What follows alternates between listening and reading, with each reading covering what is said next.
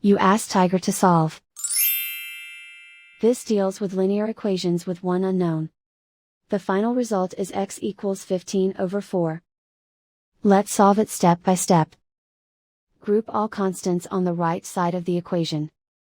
Subtract 15 from both sides. Simplify the arithmetic.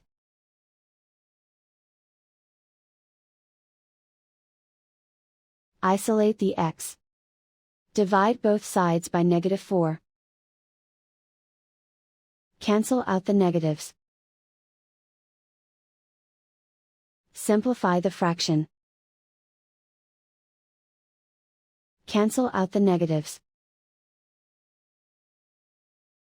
And so the final result is x equals 15 over 4.